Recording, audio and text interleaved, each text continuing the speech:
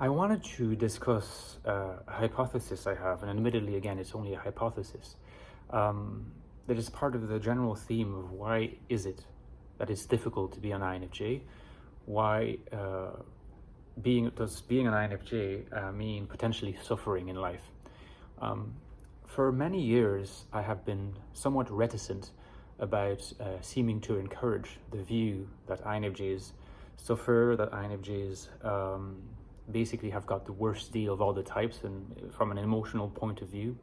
Partly because I was kind of a bit, mindful and I was kind of, I was trying to be conscious of the fact that I might be inadvertently glorifying this idea that INFJs suffer and surfing on that, and exploiting it. I was very, very hesitant about that for that reason. But the more, it's been many years now that I've been releasing videos, and there's something that I can just not ignore. I cannot unsee. And it's the fact that this theme is just, it's very, very recurrent. It's in every comment. Day to day, I look at comments, and it seems to be such a core part of the INFJ experience. It's really not restricted to a small subset of INFJ individuals. This is something that is significant. And even if we talk, maybe here I would be mostly basing my comments on online comments, it's so wide that it has to be addressed. And this led me to wonder, what could it be that makes INFJ existence particularly difficult? Now, there's all the ways in which I discuss the hostility of the modern world to the INFJ mind particularly, and the INFJ embodiment, the way we are in our bodies, in my new book, The Infinite Soul. So it's about INFJ life in the modern world, and it is, about the word hostility to our way of being and how we can cope, find meaning, purpose, and value. If you want to get the book, it's new, got nice reviews. Please drop a review, by the way. If you have got the book and you loved it, this book needed some more reviews for better referencing on Amazon. Really, really helped. The Ecstatic Soul, for example, did so much better once it got many reviews, so please consider it. And of course, its predecessor, The Ecstatic Soul. Maybe you've already read it, heard of it. Drop a review if you haven't, or consider getting it. It's more about INFJ consciousness and its existential manifestations. Either way, I discuss, particularly in both books, in fact, these issues of INFJs in the modern world. But in my mind, I always say in my books, and I kind of still stand by those words, that it's not so much that INFJs, in those books, this is what I say, that INFJs are exceptionally exposed to suffering, is that suffering is an important theme to discuss because there is an INFJ way of suffering, in the same way that there's an INFP way of suffering, an ISTJ way of suffering, and so on. Type is a prism through which we can look at all different mental states and experiences. So these books are about the INFJ way, okay?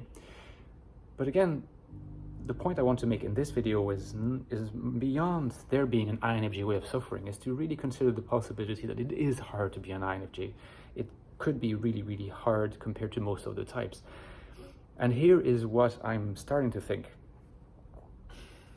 Again, this is based on personal observations, and all this is hypothetical, so consider it, engage with me, let me know what you think. I'm starting to wonder if, in a sense, we got a bad deal between the INFP and the ENFJ, and let me try to explain. We introvert a lot of information, and we tend to be apathetic, or at least find it difficult to act in the external reality. Indeed, those books explore this topic. And we tend to internalize as a result of being introverted feelers.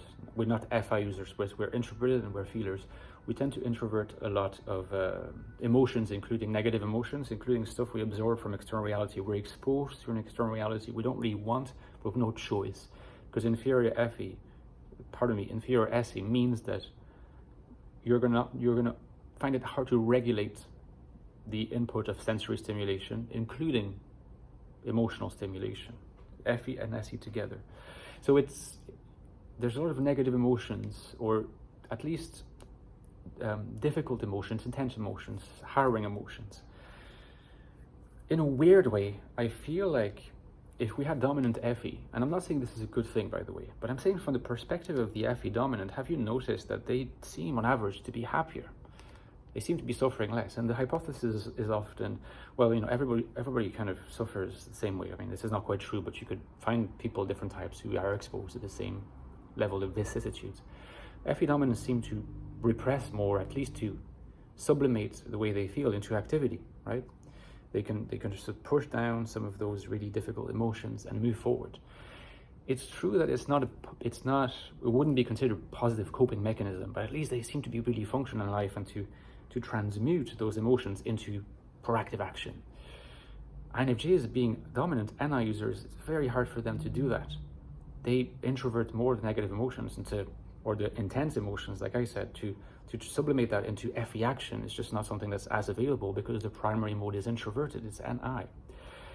The thing about FI users, INFPs, but I could also say ENFPs, ISFPs, and so on, is that I feel like they have a way of regulating through FI the intense emotions in a way that they exist so near them that in a sense they create an environment for them to exist within them. They don't repress them as much as, say, ENFJs would do, FE dominance, probably TE dominance as well. But they're still able to function with them. Like, it's like they make them part of who they are and they move on, they function. And if other people notice it, it's fine. They can still operate. They can still move forward. They just integrate them into their identity because in a sense, having this ecosystem of intense emotionality is part of what FI is and what these FP people are. In the case of INFJs, I feel like because they don't have FI, or according to other theories, they have low FI, I think they don't have that accessible either. So in a sense, there's real unease on the part of INFJ to manage the intense emotionality that the world throws at them. They absorb it, can't help it. They find it very difficult to sublimate into FE proactivity, but they'd also find it very difficult to just integrate those as part of an FI ecosystem that integrates their identity because they don't have that option. And so I find that often they just don't know what to do with these. And the way that they usually try to deal with them is to incorporate them into some kind of vision.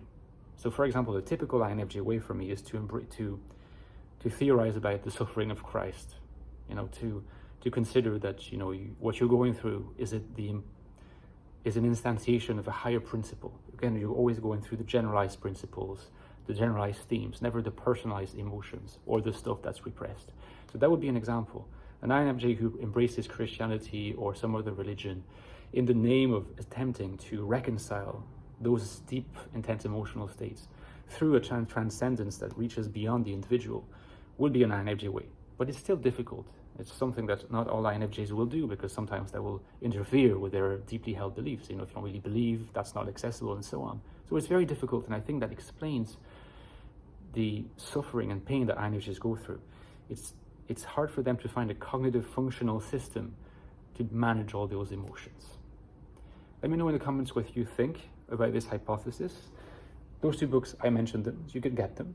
Don't forget that, like I said, oops, well, apparently this book is being shy, but don't forget, like I said, references will be, reviews will be super useful for this one. I also have a Patreon page. People have been generous with me lately. It helps me keep the channel going, basically. So if you would consider donating to me, if you want to support my work, and you can also interact with me and access some bonus content, the link is below to Patreon. There's also a short one-off donation to my PayPal if you'd rather do a one-off. But anyway, these are the options. I'll see you soon, guys. Take care. See you soon. Bye-bye.